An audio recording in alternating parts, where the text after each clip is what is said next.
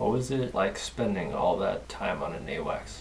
You know, when you participated in a red flag, it was so much fun because you'd have, I don't know, 120 planes and you're coordinating it all.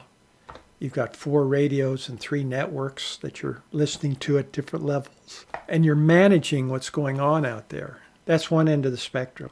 The other end of the spectrum is we'd fly these 14-hour sorties and we'd be on station for 12 hours and we'd do absolutely nothing, you know. And I used to make up songs and just anything because the boredom was mind-numbing. And within the entire surveillance volume, 400 miles, everywhere you could see, there was nothing flying, absolutely nothing. And so, yeah, that's the other end of the spectrum. From being in war, like Desert Storm, big exercise with a bunch of airplanes, which is very exciting, to just going somewhere and doing surveillances. How often did you pick up an enemy plane? We have and still do a very detailed identification matrix that goes everywhere from friendly at one end to hostile at the other, and assumed hostile or assumed friendly.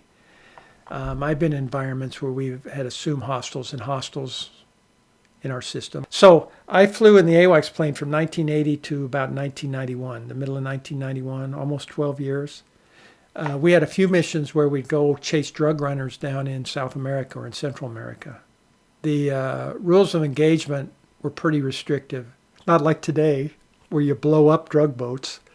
Back then, the customs service or whoever was in charge of drug enforcement would put a transponder. They'd have some dude come stick a transponder on the bad guy plane, and we'd track it with the transponder. And then after it landed, drug enforcement would go in and arrest the guys. We had no way of attacking drug runners. So I did several missions to South America and Central America where we did that kind of thing. What was your job specifically on the AWACS? The career field I was in was called Air Battle Manager. And we had, at the time I was flying, 2 basic functions on that AWACS plane. One was called Weapons Director or Weapons Controller. Our job was to look on the screen, track the bad guys, and talk to the friendly aircraft on the radio and give them point outs and directions on how to go intercept and take care of the bad guys. The other job I did when I was in NATO for 6 years was Air Surveillance Officer. And that's the job I did in NATO. It was fun, controlling the radar.